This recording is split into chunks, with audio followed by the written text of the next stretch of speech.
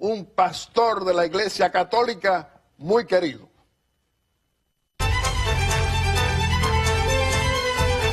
Aeromundo.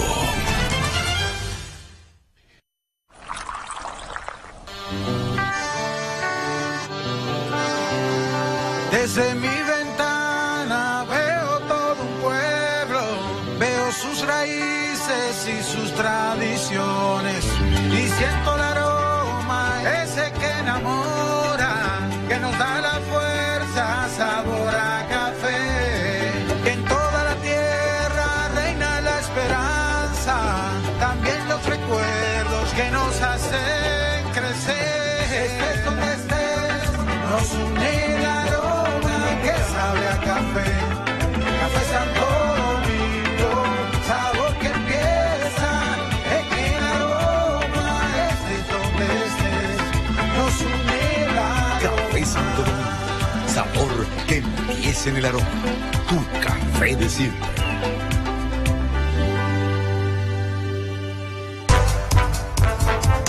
El periodista Guillermo Gómez presenta su segunda sección, VIP. Amigos televidentes, nos encontramos en nuestra segunda sección VIP, donde le vamos a presentar a nuestro segundo personaje de la semana. Nos acompaña como nuestro invitado Monseñor Víctor Masalle, obispo de la diócesis de Baní, de San Cristóbal, de San José de Ocoa, un pastor de la iglesia muy querido en la iglesia dominicana.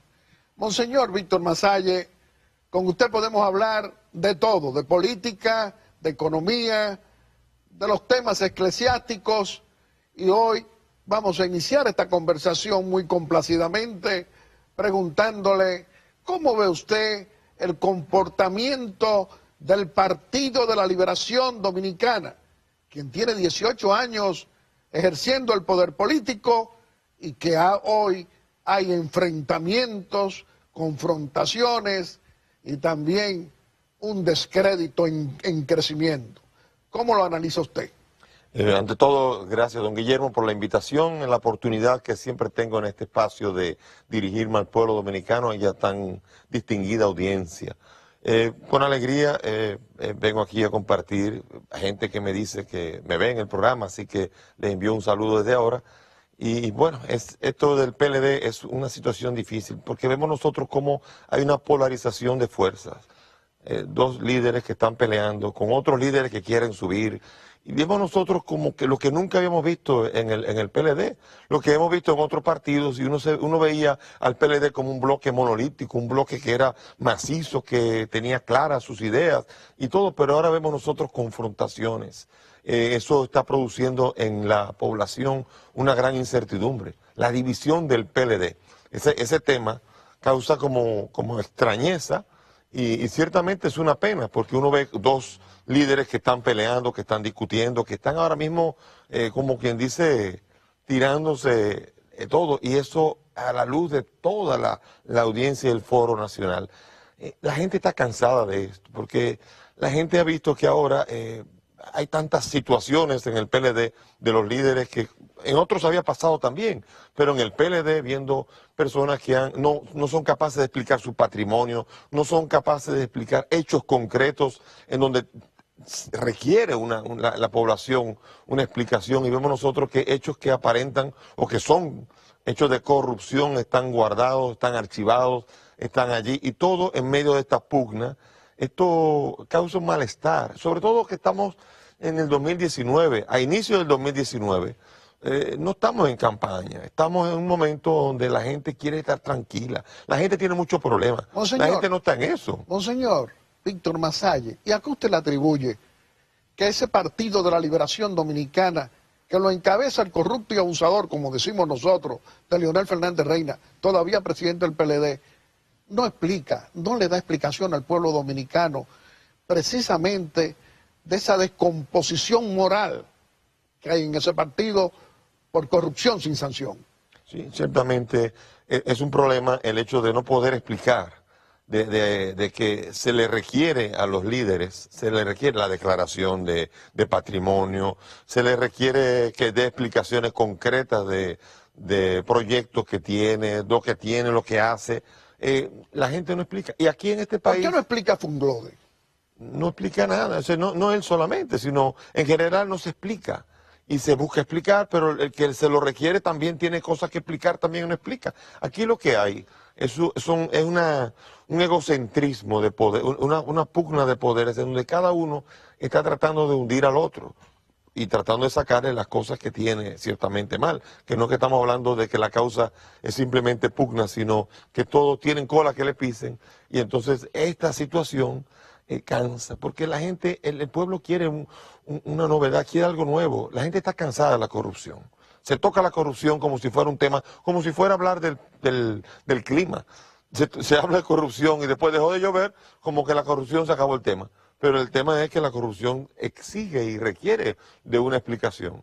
Pero al mismo tiempo vemos una oposición que está fragmentada, que no aglutina, que no es capaz de Ahora está cohesionarse. saliendo en las encuestas que quieren un candidato que no sea corrupto ni ladrón. Y han mencionado en todas, el que sale favorito es Luis Abinader en el Partido Revolucionario Moderno. Y también en esas encuestas sale que le están cerrando el paso al relevo político. ¿Usted qué dice? Bueno, eso se ve y es obvio, pero nosotros vemos que al final de cuentas los candidatos se van a abrir paso, como ha ocurrido en otros países. Uno ve en México, ve en El Salvador recientemente, y uno ve en diferentes países, en Brasil, como alternativas fuera del esquema tradicional bipartidista se han abierto paso. Aquí no hay duda que también hay esta oportunidad porque el hastío de la gente es capaz de generar esto. Pero aquí nuestro problema es que cada candidato tiene ambición personal. Cada candidato dice, vamos a unirnos, pero yo soy presidente. Y este problema imposibilita a que se cree una oposición que sea capaz de plantarle cara a un sistema que ya está desgastado, que está cansado políticamente y que incluso ha cansado a la población dominicana. Usted es obispo de Baní. Hablar de Baní, hablar de narcotráfico, hablar de acontecimientos graves como el asesinato de 7 personas en Paya, donde no apareció ni la droga ni los millones de dólares, y un sobreviviente que contó todo, la mano de Dios. ¿Cómo ve usted? Ahora vimos al expresidente Hipólito Mejía visitando a un narcotraficante confeso que fue extraditado y que cumplió condena, Quirino Paulino Castillo. Y él visitándolo para conocer lo que ese personaje le podría decir sobre Fernández o sobre lo que él quisiera. Me parece un desacierto enorme esa visita. Yo estoy seguro que la población dominicana la ha rechazado porque tomar nota de lo que es un narcotraficante confeso es como no le da calidad ni siquiera a los argumentos que pueda presuntamente obtener. Independientemente de que pueda obtener datos ciertos, lo debilita este tipo de acceso a un narcotraficante que ya ha pagado su condena, cuando él debería estar ocupándose de sus cosas, pero vemos que está bien metido en la trama que hay en el país y sobre todo en Baní.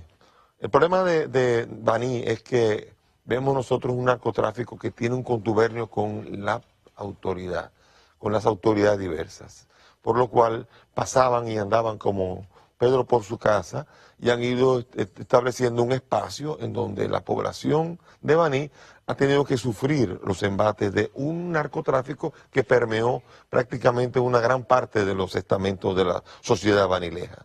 ¿Quién controla la autoridad en Baní?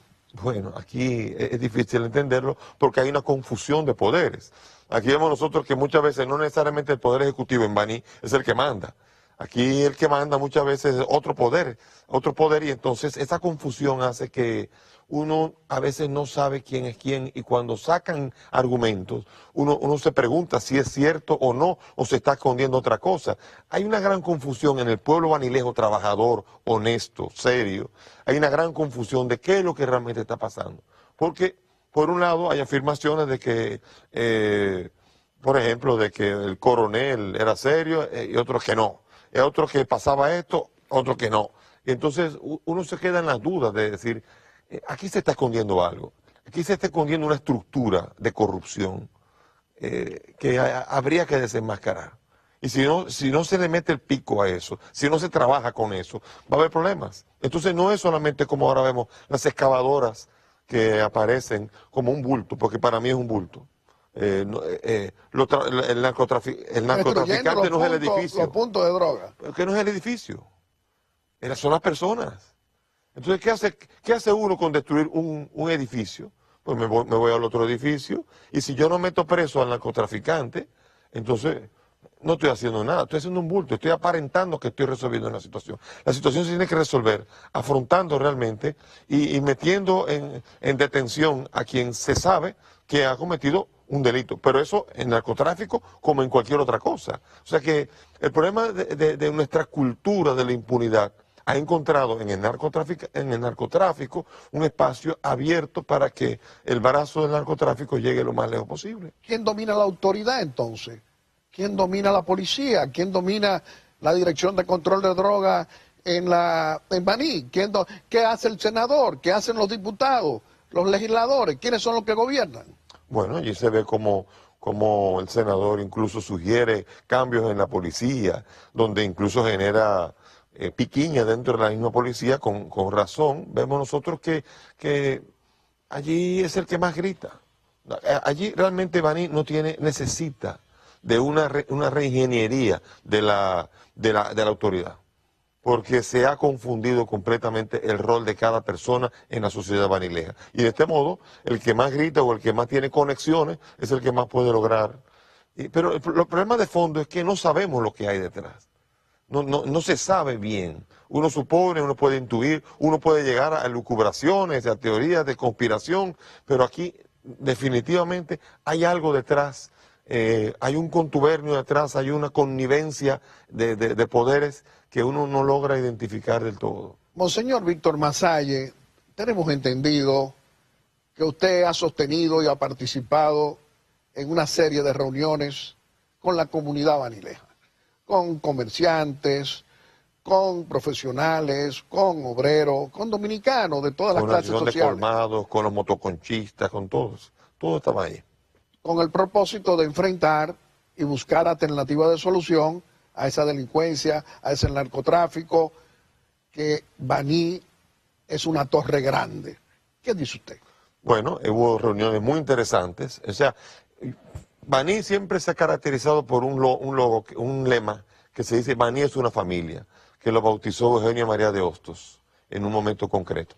Fue la primera vez en 2 años que vi a Baní como una familia preocupados, todos los comerciantes, los médicos, la asociación de abogados, los motoconchistas, los colmados, los comunicadores, todos juntos preocupados, comenzaron a elaborar una lluvia de ideas, de propuestas para las autoridades.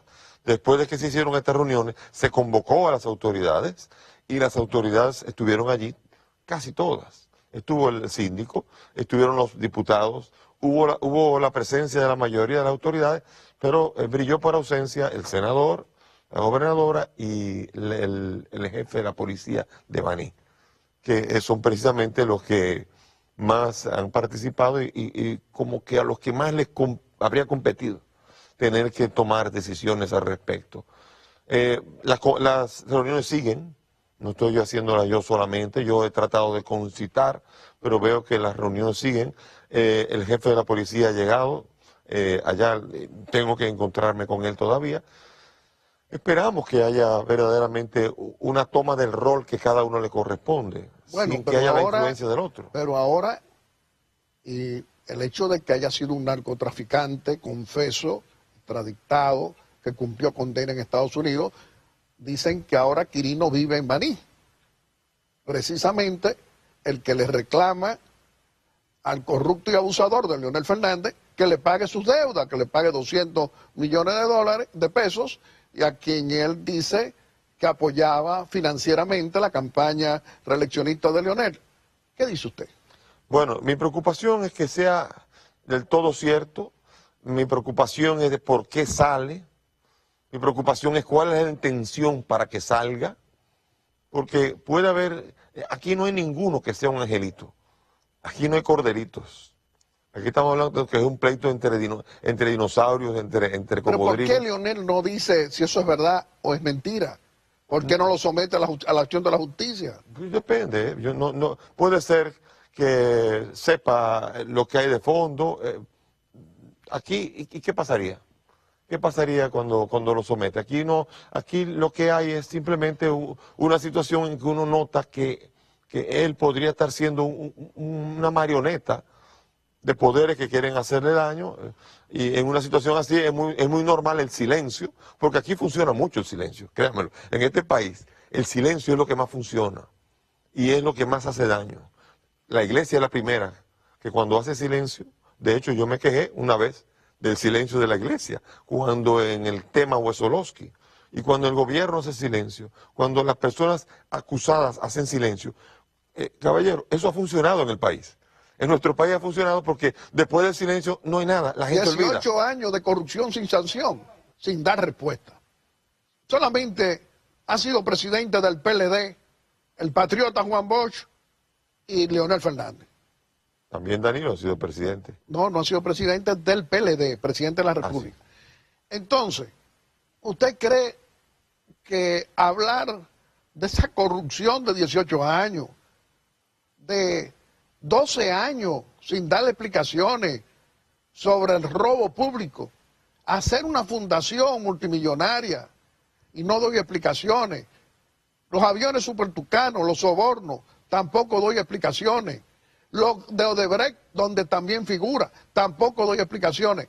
Y eso puede continuar, o eso es campaña sucia, o mencionar a Quirino es campaña sucia, o estos son tiempos de transparencia, de lucha contra la corrupción pública y privada. ¿Qué dice usted? Lo peor, don Guillermo, es la moralidad del profesor Bosch, que yo creo que si resucita vuelve a morir al ver a su partido, el cual creó, luego de haber salido de otro partido, buscando un esquema de moralidad política que no se encuentra ahora mismo con los herederos del presidente Bosch. Ninguno da explicaciones, ciertamente, y será y ha sido siempre, mientras haya un sistema de justicia que no exija, como existe en cualquier país civilizado, entonces eso ocurrirá. ¿Pero por qué no lo explica? Porque nadie le pide nada. ¿Quién le pide a él? Si yo no tengo que explicar nada, cuando no explico nada, no me pasa nada. ¿Quién me obliga a mí a hablar a mí? Esto es tan sencillo como esto.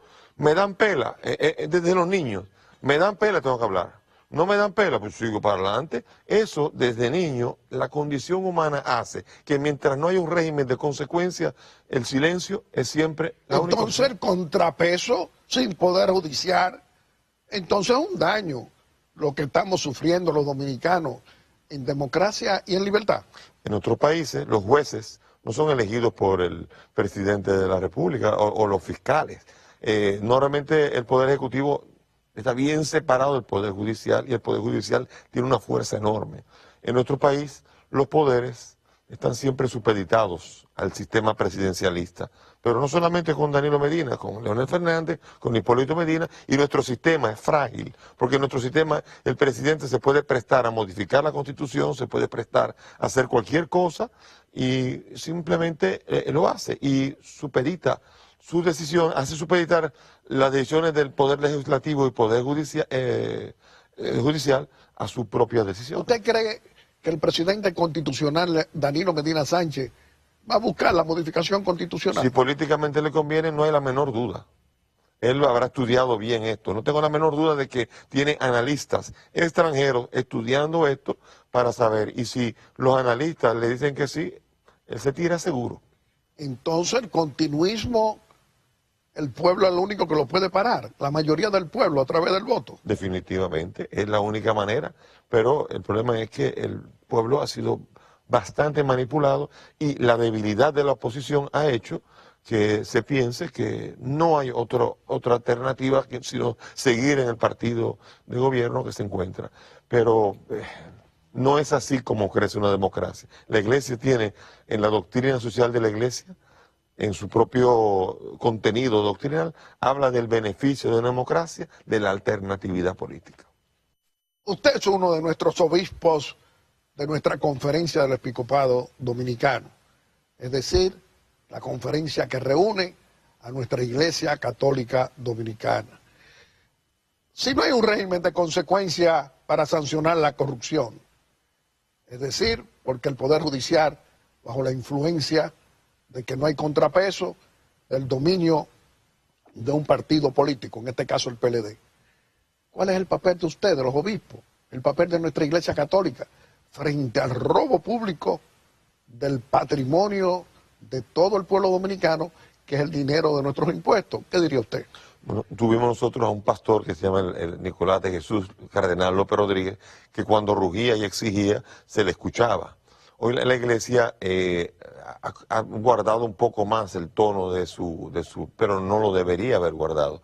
La iglesia tiene un deber de exigir transparencia. La transparencia no es un deber, sino un deber moral, que la iglesia debe recordarle a los mandatarios. Sin embargo, a veces hay situaciones y condiciones de connivencia que dificultan en la iglesia que la iglesia sea capaz de alzar la voz cuando tiene que alzarla. Porque la iglesia no tiene que ser una peleona, pero sí tiene que tener un papel muy claro cuando hay situaciones oscuras que no son transparentes y reclamarlas. Pero usted, en su territorio, Baní, San Cristóbal, San José de Ocoa, en esas diócesis, usted está haciendo su labor acompañando al pueblo en sus reclamos. Ese es el papel de ustedes, de los obispos. Sí, yo trato de hacer humildemente, con mis limitaciones, pero yo trato con todo mi esmero en sentarme con las organizaciones, con las juntas de vecinos, con todo, y además inyectar fuerza a la iglesia, porque la iglesia tiene que tener un dinamismo que no sea solo el pastor, aunque el pastor tiene un papel esencial. Yo trato y he consultado a lo que se llama la fuerza viva de Baní en momentos específicos y en particular. Así que mi tarea es estar cercana a la gente y eso he sentido que el pueblo lo ha percibido y me ha acogido con mucha alegría. Y no solamente esto ha generado también efectos muy positivos en los diferentes proyectos de desarrollo y también a nivel interno en la iglesia. Yo, por ejemplo, somos 24 los sacerdotes diocesanos, pero tengo 37 candidatos de diverso nivel a ser sacerdotes. 4 que están a punto de ordenarse, 15 en el seminario y 18 en los círculos vocacionales. Todo esto es un fruto de 2 años de esfuerzo grande, porque es que sin sacerdotes que ofrezcan a la iglesia cercanía con la realidad social, es una iglesia que está dormida y que no tiene la fuerza que tiene. ¿Pero eso es solo de Baní o es de San Cristóbal también y de San José de Ocoa? Ambas, las tres. Las 3 provincias tenían solamente 24 sacerdotes diocesanos. Ahora con 37 que están caminando hacia el sacerdocio, uno despierta esperanza, porque mi aspiración es que en los próximos 5 años tengamos 75 sacerdotes. O sea que hay que suscitar 50, al menos unos 20 más, para que pueda haber la cantidad de sacerdotes mínima que requiere la diócesis para que el brazo de la iglesia pueda llegar al pueblo y ser cercano a él. Monseñor Víctor Masalle, entonces la vocación sacerdotal están. Lo que hay que es trabajarla. Se dice que está en crisis, yo no creo en eso. Estoy completamente contrario a eso. En una reunión de 1.500 jóvenes en el Politécnico Loyola, yo mandé a que vinieran adelante, todos los jóvenes vinieran adelante, todos los jóvenes que sentían inquietudes vocacionales. ¿Tú sabes cuánta gente vino? 120 de 1.500. Eso quiere decir que el 10% casi estaba allí. 120, del cual 40 eran jóvenes, hombres y 80 mujeres. No tenemos crisis vocacional, tenemos crisis para identificar las inquietudes. Y muchos jóvenes sienten inquietudes vocacionales, pero la iglesia no logra identificarlos para poder suscitar la vocación en ellos. Creo haberlo logrado con bastante eficacia y Dios que me ayude a seguirlo haciendo todavía en la diócesis.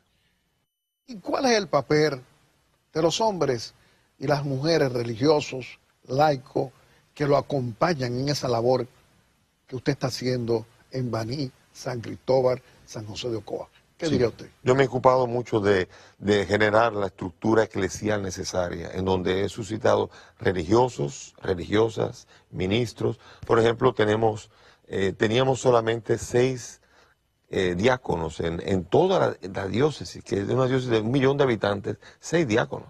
Y hoy día ahora tenemos ya casi finalizando el primer año, tenemos ya una escuela de diáconos con 30 candidatos. O sea, dentro de 2 años tendremos más de un candidato por parroquia en la diócesis entera. Así que buscando una estructura en donde todos los agentes de pastoral puedan sentirse animados, trabajando todos a una.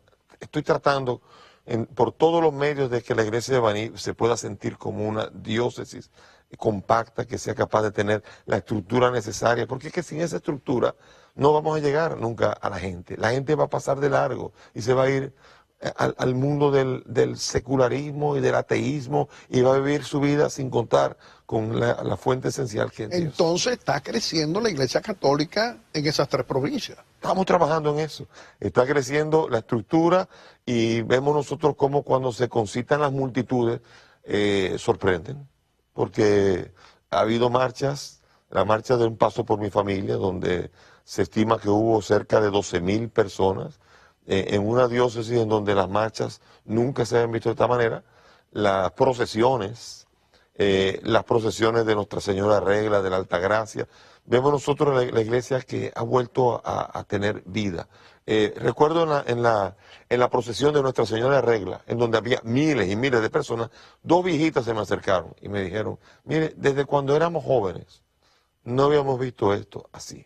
Es la primera vez en los años que tenemos, desde que éramos jóvenes, que vemos a la gente atrás de Nuestra Señora de Regla. ¿Y qué dice usted de esa labor del Papa Francisco?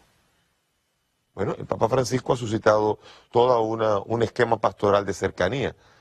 Yo siempre he estado de acuerdo con esto. La cercanía es necesaria. La iglesia hay burocracia, pero la iglesia no puede ser una iglesia burócrata. La iglesia tiene que ser una iglesia pastoral, tiene que estar cercana a la gente. Y los gestos del Papa Francisco han motivado a muchas personas que estaban lejos de la iglesia a replantearse otra vez la fe. Y si hacemos eso en cada diócesis, no tengo la menor duda que eso mismo ocurrirá en cada una de las diócesis que hagamos esto. Esperanza para el pueblo dominicano. Usted tiene la oportunidad, antes de finalizar, hacer una exhortación aquí en Aeromundo, y nos gustaría que usted nos hablara de esas esperanzas. ¿Qué diría usted? Yo quisiera sobre todo hablarle a la juventud, porque cuando no hay oportunidades de trabajo, cuando no hay esperanza y cuando la única opción que parecería viable es la delincuencia o las drogas, jamás en la vida, siempre hay camino. Siempre habrá la posibilidad de abrir nuevas sendas. No, pero no tengo la menor duda de que tenemos que tener un pueblo que adquiera conciencia. Tenemos que adquirir conciencia. No podemos permanecer dormidos. Los cambios no vienen solos. Vienen solamente cuando el pueblo despierta. Yo tengo mi esperanza de que vamos a despertar como pueblo y un día vamos a decidir nuestro destino de una manera que sea capaz de producir el bien y el bienestar que todos nosotros anhelamos. Monseñor Víctor Masalle, muy complacido de tenerlo hoy aquí en Aeromundo. Nosotros creemos que necesitamos que la voz de la Iglesia Católica sea precisamente la que acompañe permanentemente al pueblo dominicano en sus dificultades y en la necesidad en estos tiempos de aportar y contribuir a la crisis moral, a la crisis de valores, en esta corrupción, en el narcotráfico, la delincuencia. Ustedes son las voces de orientación que llegan al corazón del pueblo dominicano. Usted ha llegado hoy a muchos dominicanos, seguro, y por eso tenemos que seguir haciendo frecuente este tipo de conversación con el obispo de Baní, de San Cristóbal y de San José de Ocoa. Amigos televidentes, le hemos presentado a nuestro segundo personaje de la semana. Lo ha sido Monseñor Víctor Masalle,